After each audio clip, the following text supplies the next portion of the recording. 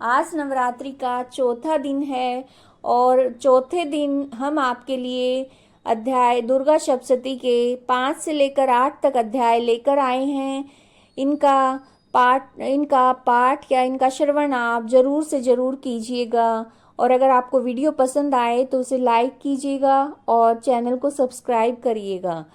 तो आइए 5वें अध्याय में देखिए।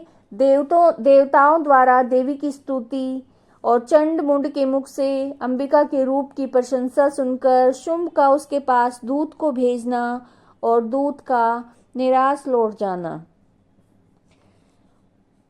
ओम इस चरित्र के रुद्र ऋषि हैं, महासरस्वती देवता हैं, अनुस्तुप छंद है, भीमा शक्ति है, भ्रामरी बीज है, सूर्य तत्व है, सामवेद स्वरूप है। महासरस्वती की प्रसन्नता के लिए उत्तर चरित्र के पाठ में इसका विनियोग किया जाता है।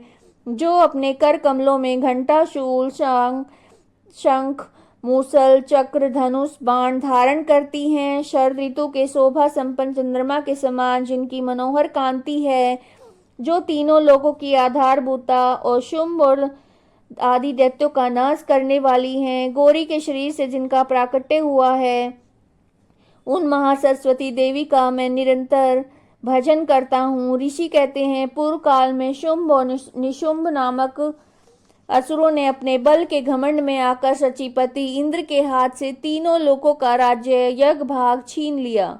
वे दोनों सूर्य, चंद्रमा, कुबेर, यम और वरुण के अधिकार का भी उपयोग करने लगे। वायु और अग्नि का कार्य भी वही करने लगे। उन दोनों ने सब देवताओं को अपमानित, राज्य भ्रष्ट, पराजित और अधिकारहीन करके स्वर्ग से निकाल दिया। उन दोनों महान असुरों से तिरस्कृत देवताओं ने अपराजिता देवी का स्मरण किया और सोचा, जगदम्बा ने हम लोगों को वर दिया था कि आपत्ति काल में स्मरण करने पर मैं तुम्हारी सभी आपत्तियों को तत्काल ही नाश कर दूंगी। यह विचार करके देवता गिरिराज हिमालय पर गए और वहां भगवती विष्णु माया की स्तुति करने लगे। देवता बोले, देवी को नमस्कार है, महादेवी शिवा को सर्वदा नमस्कार है, प्रकृति एवं भद्रा को प्रणाम है। हम लोग नियम पूर्वक जगदम्बा को नमस्कार करते हैं। रौद्रा को नमस्कार है, नित्या, गौरी और धात्री को बार बार नमस्कार है। ज्योत्सनामयी, चंद्र रूपिणी एवं सुख स्वरूपा देवी को सतत प्रणाम है। शरणागतों का कल्याण करने वाली वृद्धि एवं सिद्धि रूपा देवी को हम बार बार नमस्कार करते हैं। नैश्रुति, राजाओं की लक्ष्मी, शर्वाणी स्वरूपा आप जगदम्बा को बार बार नमस्कार है। दुर्गा, दुर्गपारा, पार उतारने वाली, सारा सबकी सारभूता, सर्वकारिणी, ख्याति, कृष्णा, धुम्रा देवी को सर्वदा नमस्कार है। अत्यंत सौम्य तथा अत्यंत रौद्र रूपा देवी को हम नमस्कार करते हैं, उन्हें हमारा बार बार प्रणाम है। जगत की आधारभूता कृति देवी को बार बार नमस्कार है। जो देवी सब प्राणियों में विष्णु माया के नाम से कही जाती है, उनको नमस्कार है, उनको नमस्कार है, उनको बार बार नमस्कार है। जो देवी सब प्राणियों में चेतना कहलाती है, उनको नमस्कार है, उनको नमस्कार है, उनको बार बार नमस्कार है। जो देवी सब प्राणियों में बुद्धि रूप से स्थित है, उनको नमस्कार है, उनको नमस्कार है, उनको बार बार नमस्कार है। जो देवी सब प्राणियों में निद्रा रूप से स्थित है, उनको नमस्कार है, उनको नमस्कार है, उनको बार बार नमस्कार है। जो देवी सब प्राणियों में शुद्धा रूप से स्थित है, उनको नमस्कार है, उनको नमस्कार है, उनको बार बार नमस्कार है। जो देवी सब प्राणियों में छाया रूप से स्थित है, उनको नमस्कार है, उनको नमस्कार है, उनको बार बार नमस्कार है। जो देवी सब प्राणियों में शक्ति रूप से स्थित है, उनको नमस्कार है, उनको नमस्कार है, उनको बार बार नमस्कार है। जो देवी सब प्राणियों में तृष्णा रूप से स्थित है, उनको नमस्कार है, उनको नमस्कार है, उनको बार बार नमस्कार है। जो देवी सब प्राणियों में शांति, क्षमा रूप से स्थित है, उसको नमस्कार है, उसको नमस्कार है, उनको बार बार नमस्कार है। जो देवी सब प्राणियों में जाति रूप में स्थित है, उनको नमस्कार है, उनको नमस्कार है, उनको नमस्कार है, उनको बार बार नमस्कार है। जो देवी सब प्राणियों में लज्जा रूप से स्थित है, उनको नमस्कार है, उनको नमस्कार है, उनको बार बार नमस्कार है। जो देवी सब प्राणियों में शांति रूप से स्थित हैं, उनको नमस्कार, उनको नमस्कार, उनको बार बार नमस्कार है। जो देवी सब प्राणियों में श्रद्धा रूप से स्थित हैं, उनको नमस्कार है, उनको नमस्कार है, उनको बार बार नमस्कार है।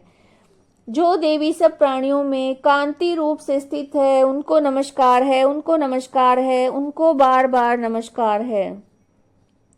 जो देवी सब प्राणियों में लक्ष्मी रूप से स्थित है, उनको नमस्कार है, उनको नमस्कार है, उनको बार बार नमस्कार है। जो देवी सब प्राणियों में वृत्ति रूप से स्थित है, उसको नमस्कार है, उनको नमस्कार है, उनको बार बार नमस्कार है। जो देवी सब प्राणियों में स्मृति रूप से स्थित है, उनको नमस्कार है, उनको नमस्कार है, उनको बार बार नमस्कार है। जो देवी सब प्राणियों में दया रूप में स्थित है, उनको नमस्कार है, उनको नमस्कार है, उनको बार बार नमस्कार है। जो देवी सब प्राणियों में तुष्टि रूप से स्थित है, उनको नमस्कार है, उनको नमस्कार है, उनको बार बार नमस्कार है। जो देवी सब प्राणियों में माता रूप से स्थित है, उनको नमस्कार है, उनको नमस्कार है, उनको बार बार नमस्कार है। जो देवी सब प्राणियों में भ्रांति रूप से स्थित है, उनको नमस्कार है, उनको नमस्कार है, उनको बार बार नमस्कार है। जो जीवों के इंद्रिय वर्ग की अधिष्ठात्री देवी एवं सब प्राणियों में सदा व्याप्त रहने वाली है, उन व्यापत्ति देवी को बार बार नमस्कार है। जो देवी चैतन्य रूप से संपूर्ण जगत को व्याप्त करके स्थित है, उनको नमस्कार है, उनको नमस्कार है, उनको बार बार नमस्कार है। पूर्व काल में अपने अभिष्ट की प्राप्ति होने से देवताओं ने जिनकी स्तुति की तथा देवराज इंद्र ने बहुत दिनों तक जिनका सत्वन किया, वह कल्याण की साधना भूताईश्वरी हमारी कल्याण और मंगल करे तथा सारी आपत्तियों का नाश कर डाले। उद्दंड दैत्यों से सताए हुए हम सभी देवता जिन परमेश्वरी को इस समय नमस्कार करते हैं, जो भक्ति से विनम्र पुरुषों द्वारा स्मरण की जाने पर तत्काल ही सारी विपत्तियों का नाश कर देती है, वे जगदम्बा हमारा संकट दूर करे। ऋषि कहते हैं, राजन, इस प्रकार जब देवता स्तुति कर रहे थे, उस समय पार्वती देवी गंगा जी के जल में स्नान करने के लिए वहां आई। उन सुंदर बोहों वाली भगवती ने देवताओं से पूछा, आप लोग यहाँ किसकी स्तुति करते हैं? तब उन्हीं के शरीर के कोश से प्रकट हुई शिवा देवी बोली, शुम्भ दैत्य से तिरस्कृत और युद्ध में निशुम्भ से पराजित होकर यहाँ एकत्रित हुए ये समस्त देवता ये मेरी ही स्तुति कर रहे हैं। पार्वती जी के शरीर कोश से अंबिका का प्रादुर्भाव हुआ था, इसलिए वे समस्त लोकों में कौशिकी कही जाती हैं। कौशिकी प्रकट होने के बाद पार्वती देवी का शरीर काले रंग का हो गया। वे हिमालय पर रहने वाली कालिका देवी के नाम से विख्यात हुई। तदंतर शुम्भ निशुम्भ के भृत्य चंड मुंड वहां आए और उन्होंने परम मनोहर रूप धारण करने वाली अंबिका देवी को देखा। फिर वे शुम्भ के पास जाकर बोले, महाराज, एक अत्यंत मनोहर स्त्री जो अपनी दिव्य कांति से हिमालय को प्रकाशित कर रही है, वैसा उत्तम रूप कहीं किसी ने नहीं देखा होगा। असुरेश्वर, पता लगाइए वह देवी कौन है और उसे ले लीजिए। स्त्रियों में तो वह रत्न है, उसका प्रत्येक अंग बहुत सुंदर है। वह अपने श्री अंगों की प्रभा से संपूर्ण दिशाओं में प्रकाश फैला रही है। दैत्यराज, अभी वह हिमालय पर ही मौजूद है, आप उसे देख सकते हैं। प्रभु, तीनों लोकों में मणि, हाथी और घोड़े आदि जितने भी रत्न हैं, वे सब इस समय आपके घर में शोभा पाते हैं। हाथियों में रत्न भूत ऐरावत, यह पारिजात का वृक्ष और ये उच्च श्रवा घोड़ा, यह सब आपने इंद्र से ले लिया है। और हंसों से जुता हुआ यह विमान भी आपके आंगन में शोभा पाता है। यह रत्नभूत अद्भुत विमान जो पहले ब्रह्मा जी के पास था, अब आपके यहाँ लाया गया है। यह महापद्य नामक निधि आप कुबेर से छीन लाए हैं। समुद्र ने आपको किंजल किनी नाम की माला भेंट की है, जो केसरों से सुशोभित है, जिसके कमल कभी कुमलाते नहीं हैं। स्वर्ण की वर्षा करने वाला वरुण का छत्र भी आपके घर में शोभा पाता है। तथा ये श्रेष्ठ जड़ जो पहले प्रजापति के अधिकार में था, अब आपके पास है। दैत्येश्वर, मृत्यु की उत्क्रांति नाम वाली शक्ति भी आपने छीन ली है। वरुण का पास और समुद्र में होने वाले सब प्रकार के रत्न आपके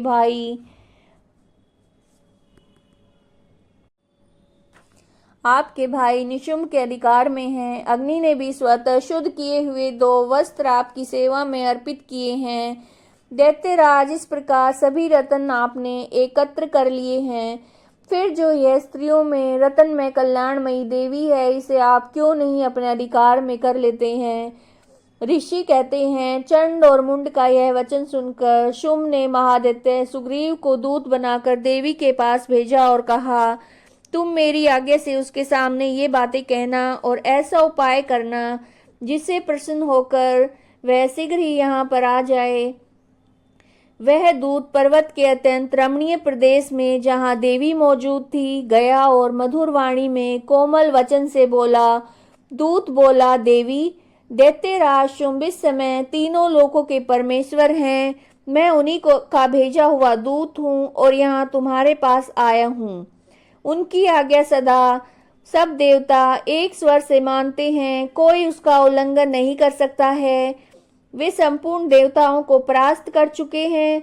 उन्होंने तुम्हारे लिए जो संदेश दिया है उसे सुनो। संपूर्ण त्रिलोकी मेरे अधिकार में है। देवता भी मेरी आज्ञा के अधीन चलते हैं। संपूर्ण यज्ञ के भागों को मैं पृथक पृथक भोगता हूँ। तीनों लोकों में जितने भी श्रेष्ठ रत्न हैं वो सब मेरे अधिकार में हैं।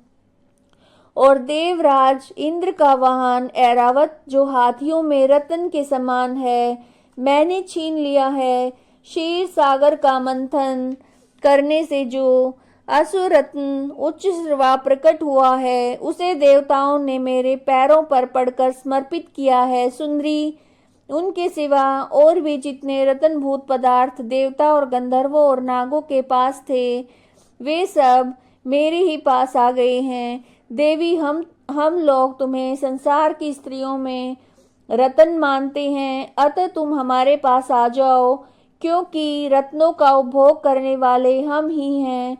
चंचल कटाक्षों वाली सुंदरी, तुम मेरी या मेरे भाई महापराक्रमी निशुम्भ की सेवा में आ जाओ, क्योंकि तुम रत्न स्वरूपा हो।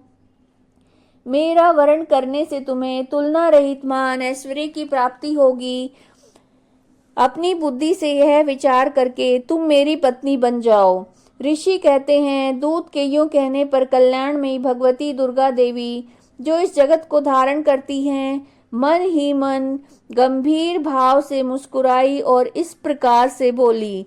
देवी ने कहा, दूत, तुमने सत्य ही कहा है, इसमें तनिक भी मिथ्या नहीं है।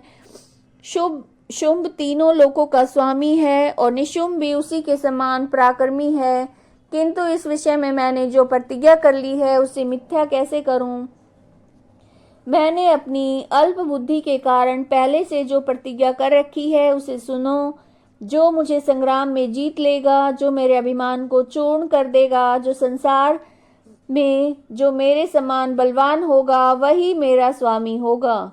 इसलिए शुम्भ तथा महादैत्य निशुम्भ स्वयं यहाँ पर पधारें और मुझे जीतकर शीघ्र ही मेरा पाणी ग्रहण कर लें। इसमें विलंब की क्या आवश्यकता है। दूत बोला, देवी, तुम घमंड में भरी हो, मेरे सामने ऐसी बातें न करो। तीनों लोकों में ऐसा कौन पुरुष है जो शुम्भ और निशुम्भ के सामने खड़ा हो सके। देवी, अन्य दैत्यों के सामने भी सारे देवता युद्ध में नहीं ठहर सकते, फिर तुम अकेली स्त्री होकर कैसे ठहर सकती हो। जिन शुम्भ आदि दैत्यों के सामने इंद्र आदि सब देवता भी युद्ध में खड़े नहीं हुए, उनके सामने तुम स्त्री होकर कैसे हो जाओगी। इसलिए तुम मेरे ही कहने से शुम्भ और निशुम्भ के पास चली जाओ। ऐसा करने से तुम्हारे गौरव की रक्षा होगी, अन्यथा जब वे केस पकड़कर घसीटेंगे तब तुम्हें अपनी प्रतिष्ठा खोकर जाना पड़ेगा। देवी ने कहा, तुम्हारा कहना ठीक है। शुम्भ बलवान है और निशुम्भ भी बड़े पराक्रमी हैं, किंतु क्या करूं, मैंने पहले बिना सोचे समझे ये प्रतिज्ञा कर ली है। अब तुम जाओ, मैंने तुमसे जो कुछ कहा है वो सब दैत्यराज से आदर पूर्वक कहना और फिर जो भी उचित जान पड़े वो करें। इस प्रकार श्री मार्कंडे पुराण में सावर्णिक मनवंतर की कथा के अंतर्गत देवी महात्म्य में देवी दूत संवाद नामक 5वां अध्याय संपूर्ण हुआ। अब हम 6ठे अध्याय का पाठ करेंगे, जिसमें धूम्रलोचन वध के बारे में बताया गया है। मैं सर्वगेश्वर भैरव के अंग में निवास करने वाली परमोत्कृष्ट पद्मावती देवी का चिंतन करता हूँ। वे नागराज के आसन पर बैठी हैं। नागों के फणों में सुशोभित होने वाली मणियों की विशाल माला से उनकी देहलता उद्भासित हो रही है। सूर्य के समान उनका तेज है। 3 नेत्र उनकी शोभा बढ़ा रहे हैं। वे हाथों में माला, कुंभ, कपाल, कमल लिए हुए हैं। उनके मस्तक में अर्धचंद्र का मुकुट सुशोभित है। ऋषि कहते हैं, देवी का एक कथन सुनकर दूत को बड़ा अमर्ष हुआ और उसने दैत्यराज के पास जाकर सब समाचार विस्तार पूर्वक कह सुनाया। दूत के उस वचन को सुनकर दैत्यराज कुपित हो उठा और दैत्य सेनापति धूम्रलोचन से बोला, धूम्रलोचन, तुम शीघ्र अपनी सेना साथ लेकर जाओ और उस दुष्टा के केस पकड़कर घसीटते हुए उसे बलपूर्वक यहाँ ले आओ। उसकी रक्षा करने के लिए कोई दूसरा खड़ा हो तो वह देवता, यक्ष अथवा गंधर्व ही क्यों न हो, उसे अवश्य मार डालना। ऋषि कहते हैं, शुंभ के इस प्रकार आज्ञा देने पर वह धूम्रलोचन दैत्य 60,000 असुरों की सेना को साथ लेकर वहां से तुरंत चल दिया। वहां पहुंचकर उसने हिमालय पर रहने वाली देवी को देखा और ललकार कर कहा, अरे तू शुंभ निशुंभ के पास चल। यदि इस समय प्रसन्नता पूर्वक मेरे स्वामी के समीप नहीं चलेगी तो मैं बलपूर्वक झोटा पकड़कर घसीटते हुए तुझे ले चलूंगा। देवी बोली, तुम्हें दैत्यों के राजा ने भेजा है। तुम स्वयं भी बलवान हो और तुम्हारे साथ विशाल सेना भी है। ऐसी दशा में यदि मुझे बलपूर्वक ले चलोगे तो मैं तुम्हारा क्या कर सकती हूँ। ऋषि कहते हैं, देवी के यूं कहने पर असुर धूम्रलोचन उनकी ओर दौड़ा।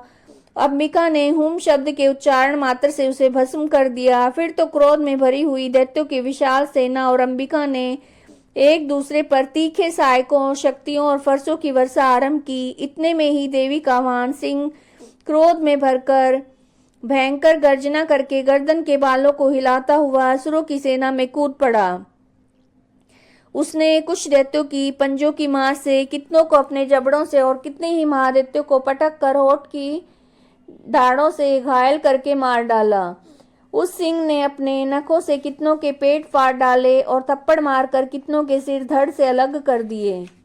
कितनों की भुजाएं और मस्तक काट डाले तथा अपनी गर्दन के बाल हिलाते हुए उसने दूसरे दैत्यों के पेट फाड़ कर उनका रक्त चूस लिया।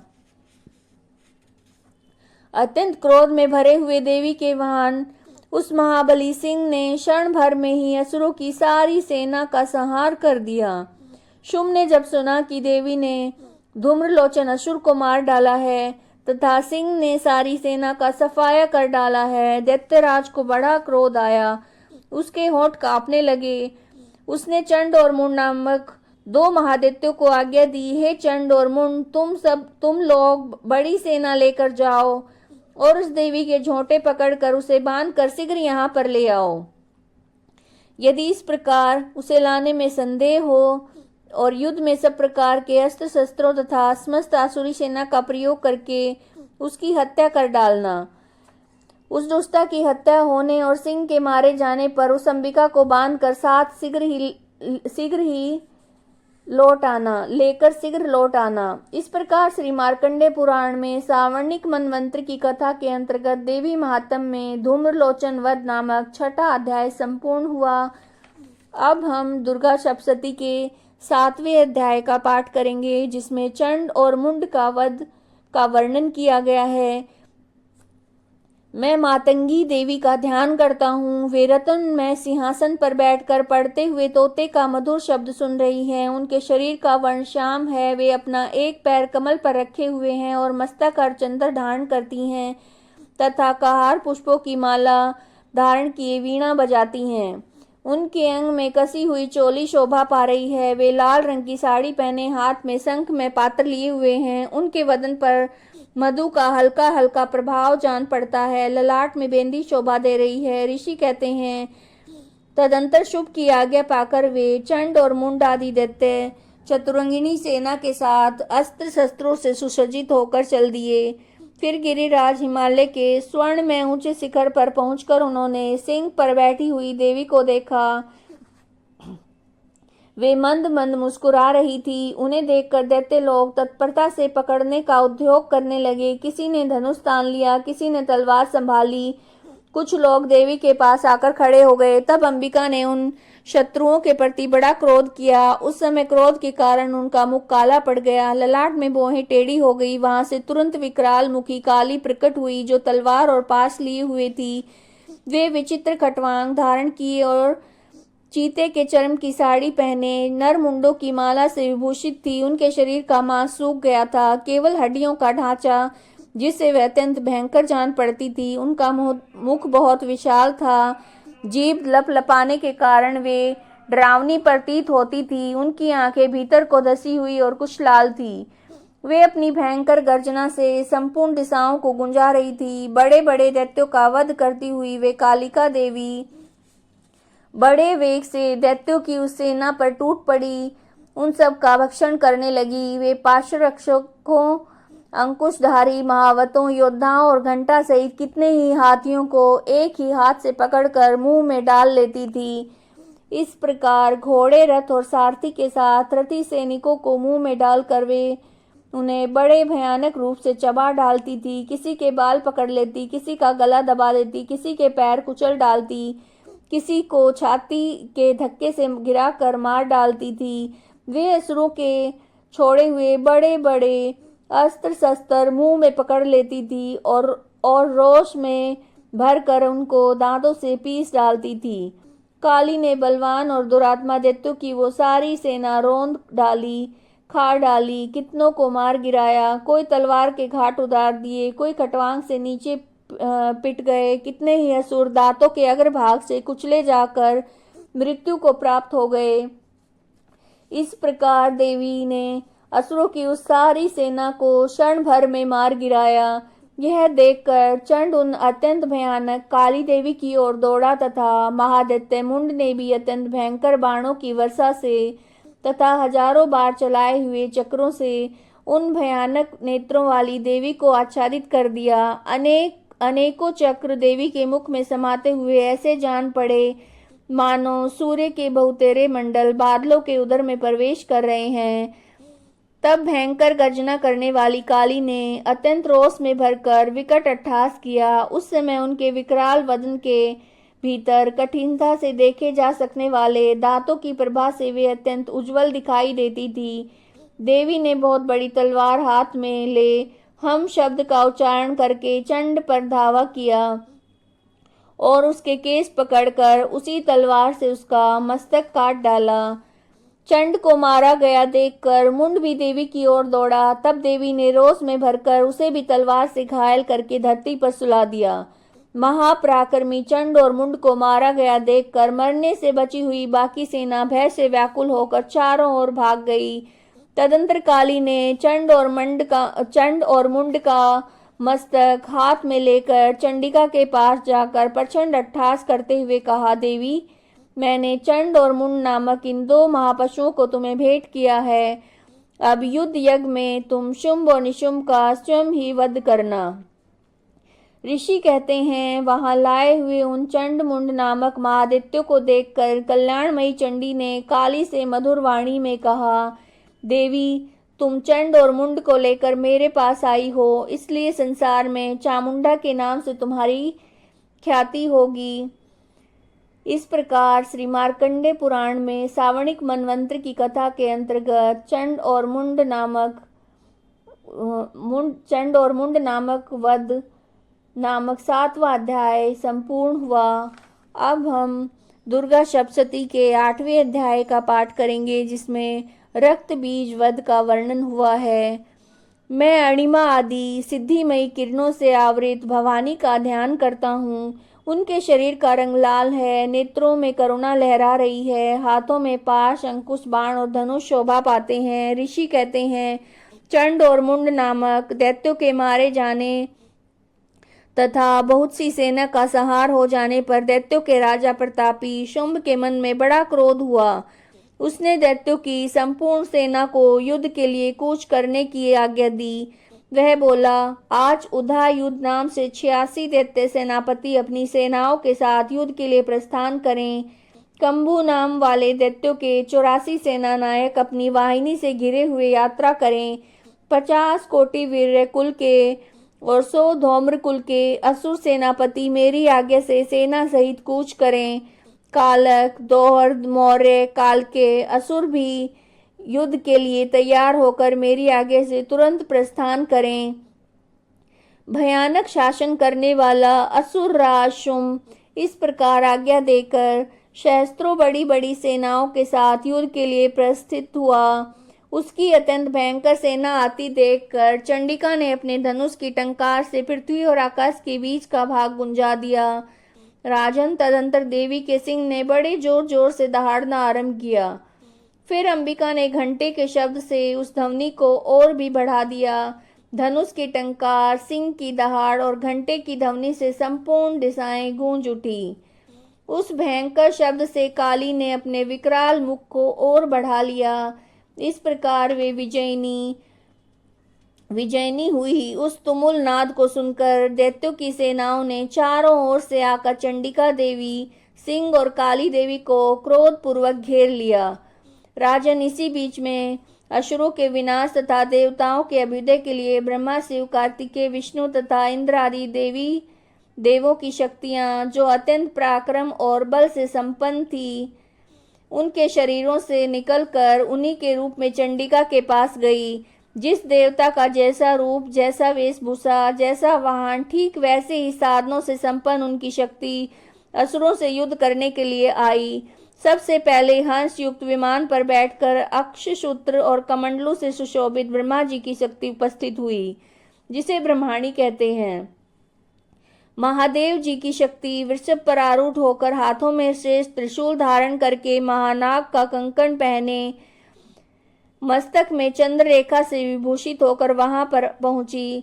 कार्तिकेय जी की शक्ति रूपा जगदम्बिका उन्हीं का रूप धारण किए श्रेष्ठ मयूर पर आरूढ़ होकर हाथ में शक्ति लेकर दैत्यों से युद्ध करने के लिए आई। इस प्रकार भगवान विष्णु की शक्ति गरुड़ पर विराजमान होकर शंख, चक्र, गदा, शांग, धनुष, खड़ग हाथ में लेकर वहां पर आई। अनुपम यज्ञ वाराह का रूप धारण करने वाले श्री हरि की जो शक्ति है, वह वाराह शरीर धारण करके वहां उपस्थित हुई। नारसिंह शक्ति भी नृसिंह के समान शरीर धारण करके वहां पर आई। उसकी गर्दन के बालों से झटके से आकाश के तारे बिखरे पड़ते थे। इसी प्रकार इंद्र की शक्ति वज्र हाथ में लिए गजराज ऐरावत पर बैठ कर आई। उसके भी सहस्त्र नेत्र थे। इंद्र का जैसा रूप वैसा ही उसका भी था। तदंतर उन देवी शक्तियों से घिरे हुए महादेव जी ने चंडिका से कहा, मेरी प्रसन्नता के लिए तुम शीघ्र ही इन असुरों का संहार करो। तब देवी के शरीर से अत्यंत भयानक और परम उग्र चंडिका शक्ति प्रकट हुई, जो सैकड़ों की दड़ियों की भांति आवाज करने वाली थी। उस अपराजिता देवी ने धूमिल जटा वाले महादेव जी से कहा, भगवान, आप शुंभ और निशुंभ के पास दूत बनकर जाइए और अत्यंत गर्वीले दानव शुंभ और निशुंभ दोनों से कहिए, साथ ही उनके अतिरिक्त जो दानव युद्ध के लिए वहां उपस्थित हों, उनको भी संदेश दीजिए। दैत्यो, यदि तुम जीवित रहना चाहते हो तो पाताल को लौट जाओ। इंद्र को त्रिलोकी का राज्य मिल जाए। देवता यज्ञ भाग का उपभोग करें। यदि बल के घमंड में आकर तुम युद्ध की अभिलाषा रखते हो तो आओ, मेरी सेवाएं तुम्हारे कच्चे मांस से तृप्त हों। चूंकि उस देवी ने भगवान शिव को दूत के कार्य में नियुक्त किया था, इसलिए वह शिवदूती के नाम से संसार में विख्यात हुई। वे महादैत्य भी भगवान शिव के मुंह से देवी के वचन सुनकर क्रोध में भर गए। जहां कात्यायनी विराजमान थी उस ओर बढ़े। तदंतर वे नित्य अमस में भरकर पहले ही देवी के ऊपर बाण, शक्ति, रिष्टि आदि अस्त्रों की वृष्टि करने लगे। तब देवी ने खेल खेल में ही धनुष की टंकार और उसमें छोड़े हुए बड़े बड़े बाणों द्वारा दैत्यों के चलाए हुए बाण, शूल, शक्ति और फरसों को काट डाला। फिर काली उनके आगे होकर शत्रुओं को शूल के प्रहार से विदीर्ण करने लगी। खटवांग से उनका कचूमर निकालती हुई रणभूमि में विचरने लगी। ब्रह्माणी भी जिस जिस ओर दौड़ती उस ओर अपने कमंडलू का जल छिड़क के शत्रुओं के ओज और पराक्रम को नष्ट कर देती। महेश्वरी ने त्रिशूल से, वैष्णवी ने चक्र से, अत्यंत क्रोध में भरी हुई कुमार कार्तिकेय की शक्ति से और दैत्यों का संहार आरंभ कर दिया। इंद्र शक्ति के वज्र प्रहार से विदीर्ण होकर सैकड़ों दैत्य दानव रक्त की धारा बहाते हुए पृथ्वी पर सो गए। वाराही शक्ति ने कितनों को अपने धुतनों की मार से नष्ट किया। दाढ़ों के अग्रभाग से कितनों की छाती छेद डाली। कितने ही दैत्य उसके चक्र की चोट से विदीर्ण होकर गिर पड़े। नारसिंह ही भी दूसरे दूसरे महादैत्यों को अपने नखों से विदीर्ण करके खाती और सिंहनाद दिशाओं एवं आकाश को गुंजाती हुई युद्ध क्षेत्र में विचरने लगी। कितने ही असुर शिवदूती के प्रचंड अट्टहास से अत्यंत भयभीत होकर पृथ्वी पर गिर पड़े। गिरने पर उन्हें शिवदूती ने उस समय अपना ग्रास बना लिया। इस प्रकार क्रोध में भरे हुए मातृगणों को नाना प्रकार के उपायों से बड़े बड़े असुरों का मर्दन करते देखकर दैत्य सैनिक भाग खड़े हुए। मातृगणों से पीड़ित दैत्यों को युद्ध में भागते देखकर रक्तबीज नामक महादैत्य क्रोध में भरकर युद्ध करने के लिए आया। उसके शरीर से रक्त की बूंद पृथ्वी पर गिरती, तब उसी के समान शक्तिशाली दूसरा महादैत्य पृथ्वी पर पैदा हो जाता। महाअसुर रक्तबीज हाथ में गदा लेकर इंद्र शक्ति के साथ युद्ध करने लगा। जब ऐन्द्री ने वज्र से रक्तबीज को मारा, वज्र से घायल होने पर उसके शरीर से रक्त चूने लगा। उससे उसी के समान रूप और पराक्रम वाले योद्धा उत्पन्न होने लगे। उसके शरीर से रक्त की जितनी भी बूंदें गिरी, उतने ही पुरुष उत्पन्न हो गए। वे सब रक्त बीज के समान वीर्यवान, बलवान और पराक्रमी थे। वे रक्त से उत्पन्न होने वाले पुरुष भी अत्यंत भयंकर और अस्त्र शस्त्रों का प्रहार करते हुए वहां मातृगणों के साथ घोर युद्ध करने लगे। पुनः वज्र के प्रहार से जब उसका मस्तक घायल हुआ, तब रक्त बहने लगा और हजारों पुरुष उत्पन्न हो गए। वैष्णवी ने युद्ध में रक्त बीज पर चक्र का प्रहार किया और ऐन्द्री ने दैत्य सेनापति को गदा से चोट पहुंचाई। वैष्णवी के चक्र से घायल होने पर उसके शरीर से जो रक्त बहा, उससे जो उसी के बराबर आकार वाले सहस्त्रों महादैत्य प्रकट हुए, उनके द्वारा संपूर्ण जगत व्याप्त हो गया। कुमारी ने शक्ति से, वाराही ने खड्ग से, माहेश्वरी ने त्रिशूल से और महादैत्य रक्त बीज को घायल किया। क्रोध में भरे हुए उस महादैत्य रक्त बीज ने भी गदा से सभी मातृशक्तियों पर पृथक पृथक प्रहार किया। शक्ति, शूल आदि से अनेक बार घायल होने पर उसके शरीर से रक्त की धारा पृथ्वी पर गिरी और निश्चय ही सैकड़ों असुर उत्पन्न हुए। इस प्रकार उस महादैत्य के रक्त से प्रकट हुए असुरों द्वारा संपूर्ण जगत व्याप्त हो गया। इससे उन देवताओं को बड़ा भय हुआ। देवताओं को उदास देखकर चंडिका ने काली से शीघ्रता पूर्वक कहा, चामुंडे, तुम अपना मुख और भी फैलाओ तथा मेरे शस्त्रपात से गिरने वाले रक्त बिंदुओं और उनसे उत्पन्न होने वाले महादैत्यों को तुम अपने इस उतावले मुख से खा जाओ। इस प्रकार रक्त से उत्पन्न होने वाले महादैत्यों का भक्षण करती हुई तुम रण में विचरती रहो। ऐसा करने से उस दैत्य का सारा रक्त क्षीण हो जाने पर स्वयं भी नष्ट हो जाएगा। उन भयंकर दैत्यों को जब तुम खा जाओगी, तब दूसरे नए दैत्य उत्पन्न हो सकेंगे। उन भयंकर दैत्यों को जब तुम खा जाओगी, तब दूसरे नए दैत्य उत्पन्न नहीं हो सकेंगे। काली से यूं कहकर चंडिका देवी ने शूल से रक्त बीज को मारा और काली ने अपने मुख में उसका रक्त ले लिया। तब उसने वहां चंडिका पर गदा से प्रहार किया, किंतु उस गदा पात्र ने देवी को तनिक भी वेदना नहीं पहुंचाई। रक्त बीज के घायल शरीर से बहुत सा रक्त गिरा, किंतु ज्यों ही वह गिरा त्यों ही चामुंडा ने उसे अपने मुख में ले लिया। रक्त गिरने से काली के मुख में जो महादैत्य उत्पन्न हुए, उन्हें वह चट कर गई और उसने रक्त बीज का रक्त पी लिया। तदंतर देवी ने रक्त बीज को, जिसका रक्त चामुंडा ने पी लिया था, वज्र बाण खड़ग दृष्टि आदि से मार डाला। राजन, इस प्रकार शस्त्रों के समुदाय से आहत और रक्तहीन हुआ महादित्य रक्त बीज पृथ्वी पर गिर पड़ा। नरेश्वर, इससे देवताओं को अनुपम हर्ष की प्राप्ति हुई और मातृगण उन असुरों के रक्तपान के मद से उद्दत्सा होकर नृत्य करने लगा। इस प्रकार श्री मार्कंडेय पुराण में सावर्णिक मनवंतर की कथा के अंतर्गत देवी महात्म्य में रक्त बीज वध नामक 8वां अध्याय संपूर्ण हुआ। अगर आपको ये वीडियो पसंद आई है तो वीडियो को लाइक कीजिएगा और चैनल को सब्सक्राइब कीजिएगा ताकि हम इस तरह की वीडियो आपके लिए लाते रहें। जय माता की।